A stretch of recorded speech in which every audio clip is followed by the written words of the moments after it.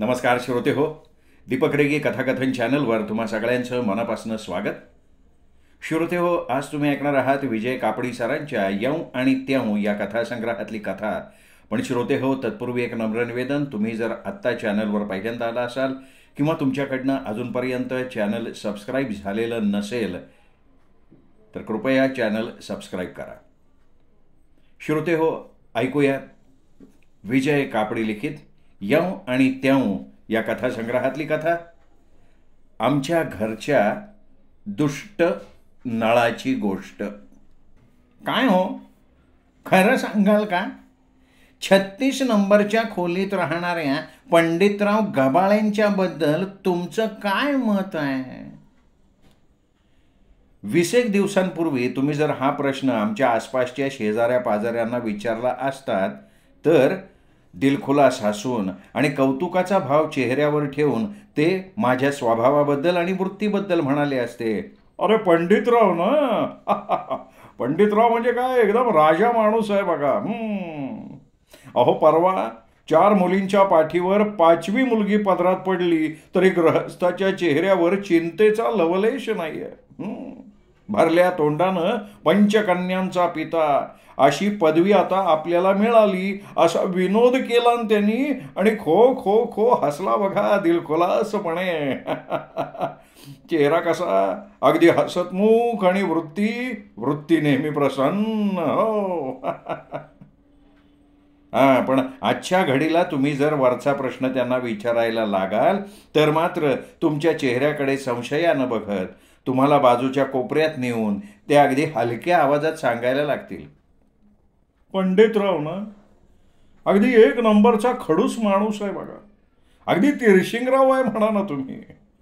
अहो, घरी सदान कदा बायकोवर मुलींवर खेकसत असतो, चुलीतली 2-3 किलो राग डोक्यात घातल्यासारखा वावरत असतो. कुणी बोलायला गेलं तर बोलत नाही, उलट कपाळावर 1760 आठ्या चढवतो आणि काहीतरी पुटपुटत तिथनं निघून जातो. कमालीचा भडकू आहे, चिडचिड्या वृत्तीचा आहे. तुमची त्याच्याशी मैत्री असाल तर शहाण्या असाल तुम्ही तर ती मोडून टाका, आणि जर तुमची मैत्री नसेल तर त्याच्या वाऱ्याला सुद्धा उभं राहू नका. अवघ्या 20 दिवसांच्या अवधीत माझ्या मूळ वृत्तीत आणि स्वभावात पडलेल्या या जमीन आसमानाच्या फरकाचं कारण काय? सरकशीतल्या विदूषकाप्रमाणे नेहमी हास्याचा मेकअप चढवलेल्या माझ्या चेहऱ्यात या एवढ्याशा अवधीत कुठल्या कारणानं फरक पडला? आठ्यांचं जाळं कपाळावर वागवून आणि डोक्यात राख घातल्यासारखे भाव चेहऱ्यावर कायम ठेवून मी असा का वावरतोय? अगदी खरं सांगायचं ना तर 20 दिवसांपूर्वी मी अगदी सुखी माणूस होतो. कांदेवाडीत 3ऱ्या मजल्यावरच्या 36 नंबरच्या 12x15 फूट एवढ्या क्षेत्रफळाच्या खोलीत मी माझा अवघाची संसार मांडलेला आहे. सीता, पार्वती, अनुसूया इत्यादी पतिव्रता स्त्रियांच्या पंक्तीत स्वतःचं पान मांडायला इलिजिबल असे गुण अंगी बाळगणारी सौ अन्नपूर्णा नावाची बायको मला लाभलेली आहे. अहो, लग्न होऊन 10 वर्ष लोटली तरी अजूनही माझ्या मित्रांना माझ्या कपाळावर एकही टेंगूळ आलेलं कधीच आढळून आलेलं नाही आहे. आणि यावरून सौ अन्नपूर्णेला आपल्या पतीविषयी, अहो म्हणजे अस्मादिकांविषयी, तर आपल्या पतीविषयी वाटणाऱ्या आदराचं मूल्यमापन व्हायलाच पाहिजे. नुकत्याच जन्मलेल्या 5व्या कन्येनं मला एका पाठोपाठ एक शतक ठोकण्याची संधी प्राप्त झालेल्या फलंदाजाच्या आनंदाची प्रचिती, पंचकन्या पिता ही दुर्मिळ पदवी आणि 5 रुपयाची इन्क्रीमेंट मिळवून दिलेली आहे. थोडक्यात म्हणजे काय तर माझ्या संसाराचा गाडा, गाडा कसला, चांगली रोल्स रॉईस गाडी सुखाच्या गुळगुळीत रस्त्यावरनं भरधाव चाललेली आहे. परवा एका खालसा झालेल्या संस्थांच्या राजाचा असाध्य रोग बरा व्हावा म्हणून खालसा राजवैद्यानं सांगितलेलं सुखी माणसाचा मॅनिला हे औषध नेण्याकरता म्हणून त्याचा प्रधान मला भेटून गेला. आता मी सुखी होतो हे सिद्ध करायला यासारखा दुसरा चपखल पुरावा कुठला पाहिजे तुम्हाला? आणि या सुखाचं तेज माझ्या चेहऱ्यावर प्रसन्न हास्याच्या विविध छटांनी विलसत होतं. कसं काय आणि कसं काय हो? अहो, एक दिवशी अचानक ग्रह फिरले आणि सुखानं बघता बघता माझ्याकडे पाठच फिरवली. केवळ 20 दिवसाच्या अवधीत माझ्यात अंतर्बाह्य फरक पडला आणि या सगळ्या अनर्थाला कारण झाला तो आमचा नळ. बाकी माणसाचे ग्रह एकदा फिरले की त्याच्या दुःखाला क्षुल्लक गोष्ट सुद्धा कारणीभूत व्हायला लागते, हे खरं. तुम्ही म्हणाल आता की अहो कसे ग्रह कसे तारे, मुंबईतल्या चाळीतल्या नळाच्या गोष्टी तुम्ही आम्हाला कसल्या सांगताय. मुंबईत प्रत्येकाच्या घरात नळ असतो, पण त्या नळात पाणीच नसतं. वरच्या मजल्यावर पाणी आलं तर खालच्या मजल्यावरच्या तमाम नळांचे घसे कोरडे पडतात. महापालिकेचं नळ दुरुस्त करायचं काम कुठे ना कुठेतरी सारखं चालू असतं. अहो त्यामुळे कधी कधी 8-8 दिवसात पाणीच येत नाही. पाण्याच्या बाबतीत मुंबईकरांचे हाल होतात, हे काय आम्हाला नवीन नाही आहे. आणि त्यामुळे माणसांच्या वृत्तीत अंतर्बाह्य का कसला म्हणतात तसला फरक पडायचं काही कारण नाही आहे. काय आहे ना, माझी व्यथा वेगळी आहे हो. म्हणजे आश्चर्य वाटेल ना तुम्हाला, पण आमच्या नळाला 24 तास पाणी येत असल्यामुळे माझी पार दमछाक उडाली हो. जीव कमालीचा बेजारलाय माझा. आमच्या नळाला पाणी येतोय हे बघून तुमच्या तोंडाला पाणी सुटलंय हे मी जाणतो, पण आमचं कुलदैवत असलेल्या जेजुरीच्या खंडोबाला स्मरून सांगतो की आमच्या नळाला पाणी यायला लागलं की खरोखर माझ्या तोंडचं पाणी पळतं. माझा जीव घाबराघुबरा होतो. इतरांप्रमाणे आपल्या नळाला देखील पाणी आलं नसतं तर काय मजा आली असती असा विचार मनात येऊन ज्यांच्या नळांना पाणी येत नाही त्यांचा मला विलक्षण हेवा वाटायला लागतो. अहो गेल्या काही दिवसांपासून सांगतो आमच्या नळानं अगदी हायदोस घातलाय हो. वास्तविक बघता नगरपालिकेच्या पाणी खात्याची कृपादृष्टी माझ्याकडे वाळावी असं कुठलंही कृत्य माझ्या हातून आजपर्यंत घडलेलं नाहीये. पण इतरांचे नळ कोरडे ठणठणीत असताना आमच्या नळाला मात्र 24 तास पाणी का यावं हे रहस्य मला अद्याप उलगडायचंच आहे. आपल्या किमयेनं एका पाठोपाठ एक संकटांचे डोंगर कोसळवणाऱ्या कलीनी नळराजाच्या अंगठ्यातून नक्की कोणत्या दिवशी प्रवेश केला याची काय मला माहिती नाही, पण शनी मंगळासारख्या दुष्टग्रहांनी म्हणा किंवा कलीनी म्हणा आमच्या पाण्याच्या नळामधनं माझ्या नशिबात ज्या दिवशी प्रवेश मिळवला तो मनहूस दिवस मला अजून सुद्धा चांगला आठवतोय. दिवस सोमवारचा होता. नक्कीच वेळ सांगायची तर संध्याकाळचे 6 वाजले होते आणि मी हापीस सुटल्याबरोबर धावत पळत होम स्वीट होमकडे परतत होतो. हसतमुखानं मी घरात प्रवेश करता झालो आणि आमच्या घरात जे दृश्य दिसलं ते बघून मी थक्कच झालो. अहो वाडीतली सगळी बायका मंडळी आणि मुलं घागरी, तपेल्या, बादल्या, गंगाळी, वाट्या, चमचे सगळं घेऊन माझ्या घरात जमा झालेली होती.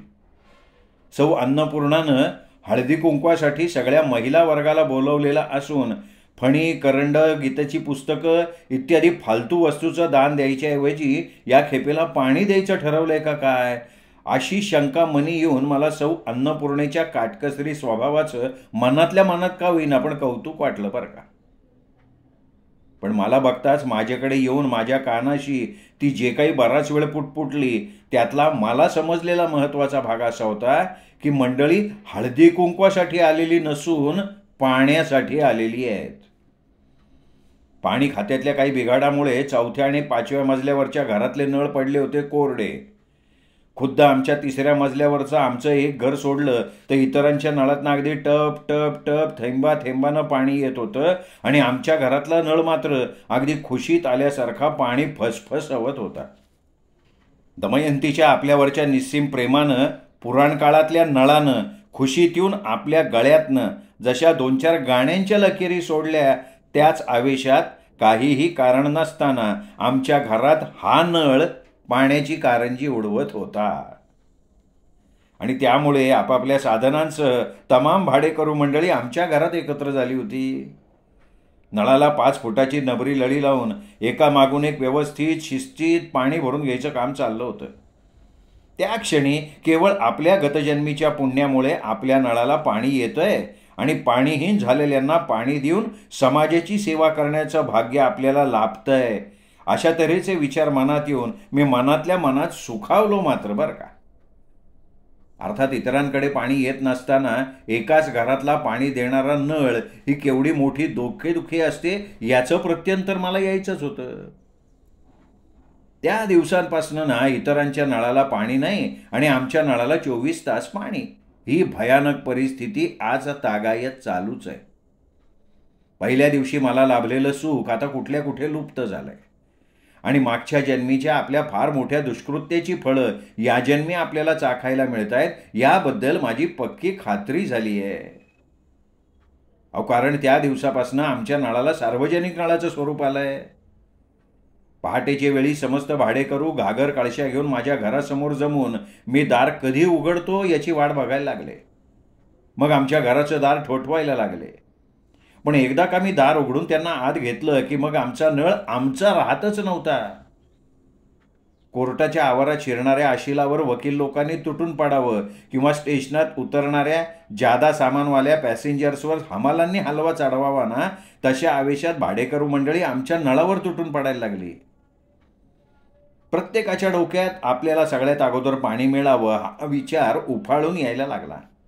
आणि मग हा विचार कृतीत उतरवण्याच्या आवेशात मतभेद, संभाषणांची देवघेव, एकमेकांविषयीच्या उखाळ्या पाखाळ्या, दुसऱ्याच्या मर्मावर बोट ठेवण्यातली सफाई, तंटे बखेडे, भांडणं अशा तऱ्हेच्या चढत्या भाजणीनं युद्ध होऊ लागल्याची लक्षणं दिसायला लागली.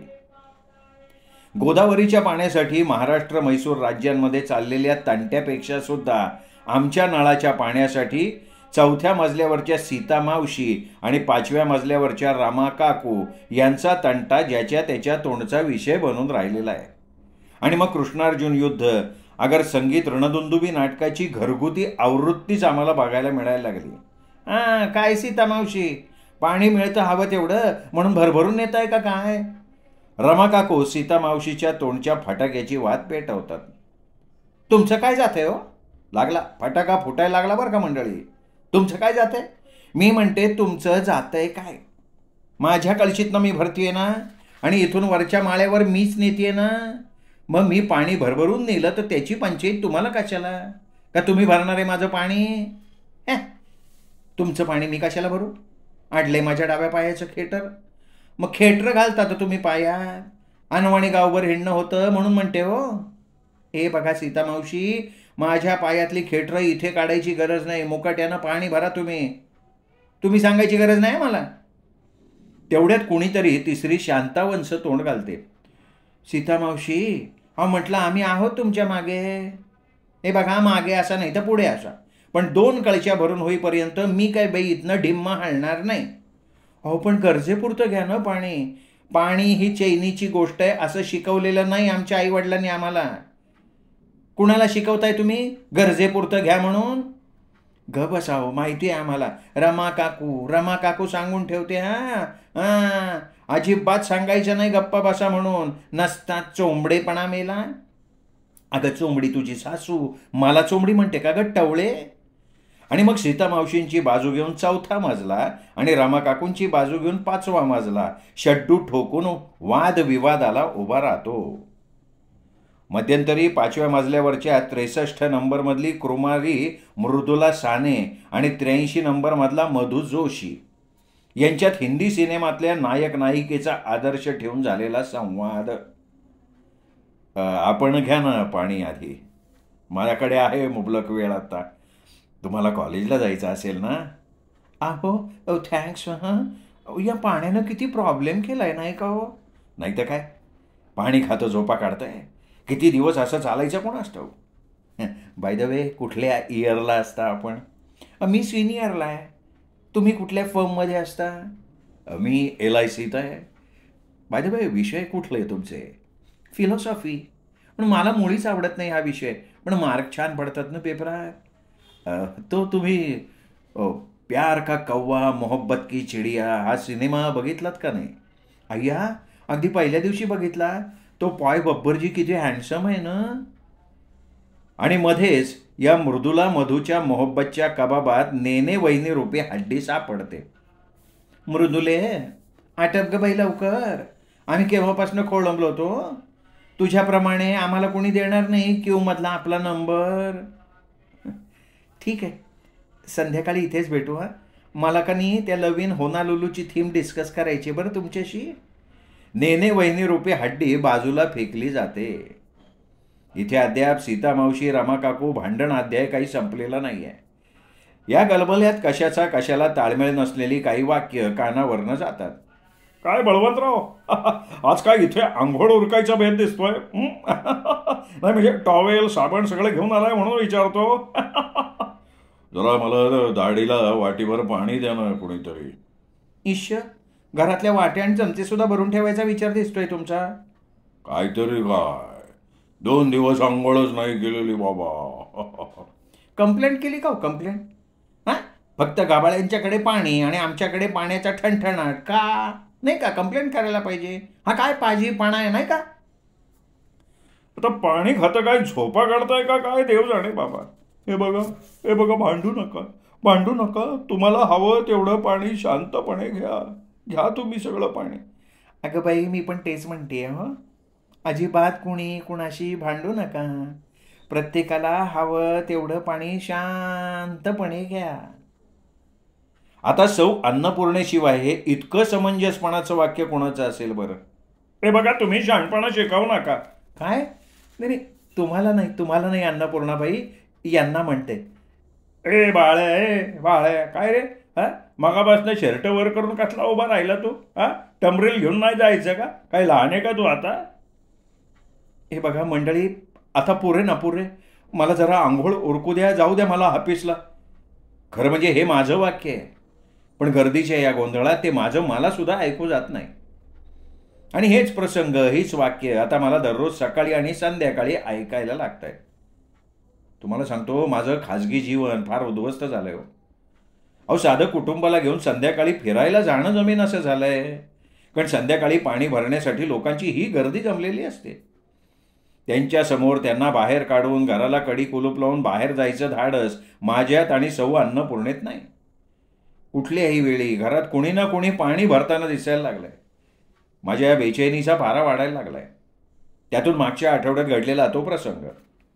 म्हणजे त्याचं काय झालं, पहाटेच्या सुमाराला डोक्यावर पांघरून घेऊन मी मोरावळ्याच्या साखरेच्या पाकात बुडून गेलेल्या आवळ्याप्रमाणे झोपेत बुडून गेलो होतो. तेवढ्या दारावर जोरात थाप पडली आणि कळवळलेल्या आवाजातले हाक ऐकू आली. पंडितराव,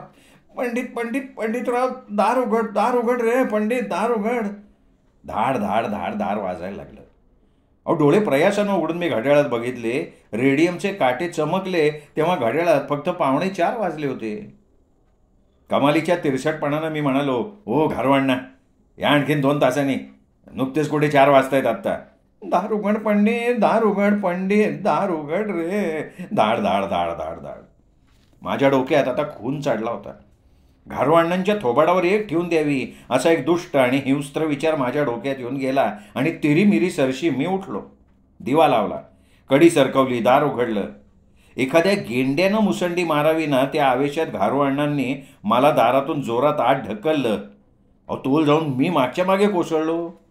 माझं डोकं फडतरावर आदळलं आणि काय होतंय हे कळायच्या आत माझ्या डोक्यावर कांदे बटाटे ठेवलेली टोपलीच उलटी झाली.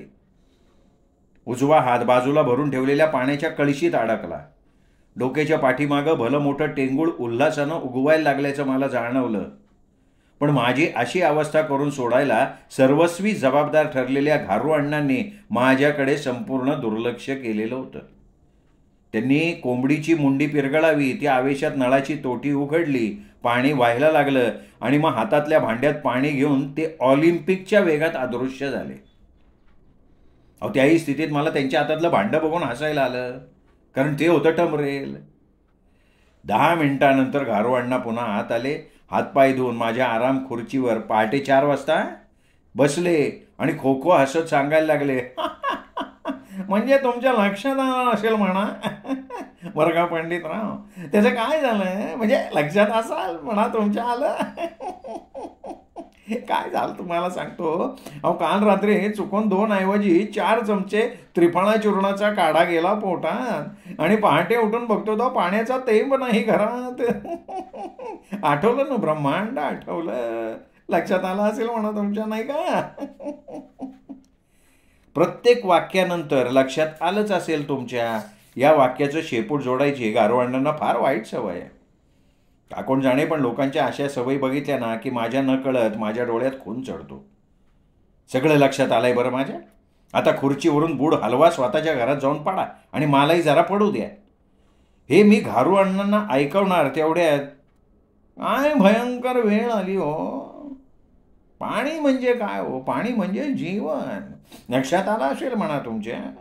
अशी सुरुवात करून नगरपालिकेच्या पाणी खात्याचा गलथानपणा, सबंध चाळीत फक्त माझ्याच घराच्या नळाला पाणी येतं याविषयी कौतुक, इतर चाळकऱ्यांची पाणी घेण्याबाबतची स्वार्थी वृत्ती, स्वतःचा निर्मळ स्वभाव इत्यादी अनेक मुद्द्यांवर त्यांनी माझा बौद्धिक घ्यायला सुरुवात केली.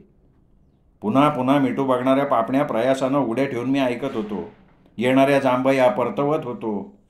एकंदर जांभयांची संख्या तो आश्चर्य वाटेल म्हणजे तुम्हाला, पण 2,04,535 एवढी भरली बरं का ती.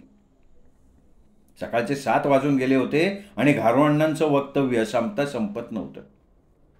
घरातली मंडळी उठली होती. शेजारी नित्य सरावानुसार पाण्यासाठी जमले होते. काही जण भांडत भांडत पाणी भरत होते, तर काही पाणी भरत भरत भांडत होते. आणि काहींच्या भांडणं आणि पाणी भरणं या दोन्ही क्रिया एकदम चाललेल्या होत्या. विनाकारण माझ्या घरचं वातावरण विधानसभेत ठराव पास होण्याच्या वेळी होतं ना तसं संतप्त झालेलं होतं. आणि मुख्य म्हणजे या सगळ्या गडबडीत गेल्या कित्येक वर्षापासून चालत आलेला माझा महत्त्वाचा संकल्प मोडलेला होता. घारवण्णांच्या उपस्थितीमुळे सकाळी ठीक 6च्या ठोक्याला 2 कप चहा घेण्याचा माझा संकल्प मोडला. घारवण्णांना मी कब्बर चहा दिला असता, पण ही सवय घातक ठरली असती. मी दररोज सकाळी 6 वाजता 2 कप चहा पितो असं कळलं असतं ना, तर घारवण्णा दररोज काही ना काही निमित्त काढून माझ्या घरी आले असते. आणि नेमकं हे मला नको होतं. नटीचा चेहरा कांतिमान राखण्याचं रहस्य ज्याप्रमाणे विशिष्ट छापाच्या साबणाच्या वडीत असतं, त्याप्रमाणे दिवसभर चेहरा हसतमुख ठेवायचं माझं रहस्य 6च्या ठोक्याला घेतलेल्या त्या 2 कप चहामध्ये होतं. लक्षात असेल तुमच्या. पण तो चहा आता मला मिळू शकत नव्हता. साहजिकच माझा मूड चुकला. आमटीत मीठ कमी पडलं म्हणून गांधीजींच्या दांडी यात्रेत आमच्या पिताजींनी भाग घेतला, लाठीचा मार खाल्ला. तेव्हापासून आमच्या घराण्याला मीठ कमी पडलं. अशा तऱ्हेचा नेहमीचा विनोद करण्याऐवजी मी सौ अन्नपूर्णेवर मोठ्यांदा खेकसलो. ऑफिसला जाताना नेहमीच्या गडबडीत रेल्वेचा पास मिळाला नाही म्हणून मी माझ्या ज्येष्ठ कन्येवर कारवादलो. द्वितीय कन्येनं अवेळी लाडू मागितला म्हणून तिच्या पाठीत धपाटा घातला, तर तृतीय कन्या जेवत नाही म्हणून तिला चापटी लगावली. चतुर्थ आणि कनिष्ठ कन्यारत्न फार रडतात म्हणून सौ अन्नपूर्णेकडे रागाचा कटाक्ष टाकला. ऑफिसमध्ये माझ्या वाढत्या पोटावर नेहमी विनोद करणाऱ्या कुलकर्ण्याला खिलाडू वृत्तीनं हसून साथ देण्याऐवजी समज देऊन टाकली. कधी झाल्या नाही तितक्या चुका माझ्या कामात हेडक्लार्कला आढळल्या, त्यामुळे त्यांनी मला कानपिचक्या दिल्या. थोडक्यात म्हणजे काय, त्या धो धो वाहणाऱ्या नळानं माझ्यात एकदम फरक पडला. प्रेमभंग झालेल्या प्रेमिकाप्रमाणे केविलवाणी भकास मुद्रा करून मी वावरायला लागलो. मध्यंतरी मी माझ्या नळाचं पाणी बंद करण्याचे काही प्रयत्न केले. नगरपालिकेच्या पाणी खात्यात जाऊन मी पाणी देणाऱ्या नळाविरुद्ध तक्रार नोंदवली, पण तिथल्या कर्मचारी वर्गाची करमणूक करण्यापलीकडे त्याचा काही उपयोग झाला नाही. अरे पाणी 24 तास भेटतंय तुम्हाला, त्याच्याबद्दल आमच्या परमेश्वराचे उपकार माना की, अशा शब्दात माझी त्यांनी बोळवण केली. एका रात्री मी चाळीला पाणी देणाऱ्या पाईपाची विल्हेवाट लावायचा कट स्वतःशी रचला, पण तोही बार निघाला फुसका. परवाच्या दिवशी मात्र पाणी देणाऱ्या आमच्या दुष्ट नळाची पीडा कशी नाहीशी करावी यासंबंधीची युक्ती माझ्या डोक्यात अंधारात वीज चमकावी तशी चमकून गेली. तिरीमिरी सरशी मी उठलो आणि वरच्या मजल्यावर घारू अण्णांच्याकडे गेलो. घारू अण्णा आमच्या नळापासून मिळालेलं पाणी पित होते. मी हाक मारली, घारू अण्णा या या या वरुण राज या या. म्हणजे लक्षात आलं असेल तुमच्या, नाही का, तुमच्याच घरचं पाणी पितोय. सध्या का अहो सध्या मला ना सगळेच वरुण राज या नावाने हाक मारायला लागलेत. थोडंसं काम होतं घारू अण्णा तुमच्याकडे. कसला म्हणजे काय आहे घारू अण्णा, विषयाला तोंड कसं फोडावं ना हे मला कळे ना. अहो काय आहे म्हणजे तसं काही नाही घारू अण्णा, एक विनंती करायची आहे घारू अण्णा. कसली? मी उसने पैसे वगैरे मागायला आलोय अशी घारू अण्णांची ठाम समजूत झाल्याचं त्यांच्या चेहऱ्यावरचे धूर्त भाव बघितले आणि माझ्या लक्षात आलं. मी घर बदलावं म्हणतोय. हां घारू अण्णा, तुम्ही आमच्या घरात राहा, मी तुमच्या घरात राहतो. म्हणजे तुमची हरकत नसेल तर आपण एकमेकांची घरं बदलूया. अच्छा, म्हणजे सामान सुमान हलवूया म्हणता. हां, तुमचं सामान आमच्या घरी हलवण्यासाठी हमालीचे पैसे पाहिजे तर मी देतो. नाही ते द्या हो, पण घरासंबंधीच्या कागदपत्राचं काय? ती सुद्धा मी आणतो ना बदलून घरमालकाकडनं. पण नळ आहे ना तुमच्या घरी? म्हणजे काय अगदी 24 तास पाणी आहे. मी घरमालकाच्या थाटात गारवाण्णांना प्रलोभन दाखवलं आणि आमच्या घरच्या नळाला अजिबात पाणी येत नाही. नाही ते मला माहिती आहे ना, आणि तरी सुद्धा घर बदलायचं म्हणताय? हो, ठीक आहे, जशी तुमची मर्जी. पण त्या आम्हालाच्या भाड्याचं तेवढं लागा.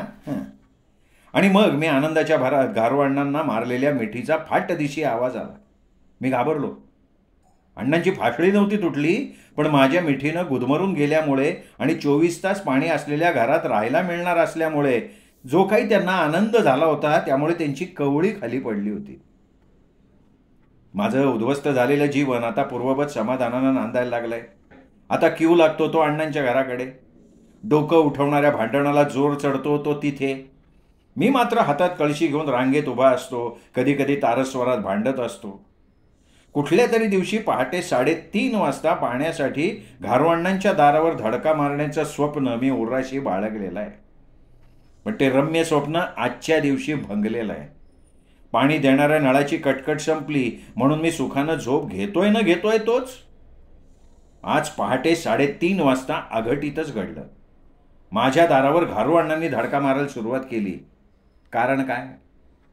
कारण माझ्या नशिबातल्या कुठल्या तरी दुष्ट ग्रहांची युती झालेली आहे आणि अचानक घारवाण्णांच्या म्हणजे माझ्या पूर्वीच्या घरातला नळ कोरडा पडलाय. आणि सध्या ज्या घारवाण्णांच्या घरात मी राहतोय तिथला नळ धो धो धो करून सारखा वाहतोय.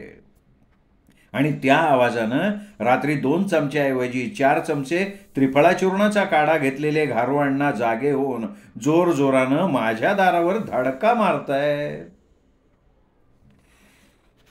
श्रोते हो, तुम्ही ऐकत होतात विजय कापडी सरांची कथा यऊ आणि त्यऊ या कथासंग्रहातली आमच्या घरच्या दुष्ट नळाची गोष्ट. कथा कशी वाटली कमेंट करून कळवा. ही विनोदी कथा आपल्या कथाप्रेमी मित्रपरिवारात नातेवाईकात शेअर जरूर करा. आणि हां, तुमच्याकडनं चॅनल सबस्क्राईब करायचं राहून गेलं असेल तर आत्ता वरती जो माझा फोटो दिसतोय या फोटोला क्लिक करा आणि चॅनल सबस्क्राईब करा. एवढीच विनंती करतो. थांबतो. भेटत राहूयात अशाच उत्तम कथा आणि कादंबरीसह. तोपर्यंत नमस्कार.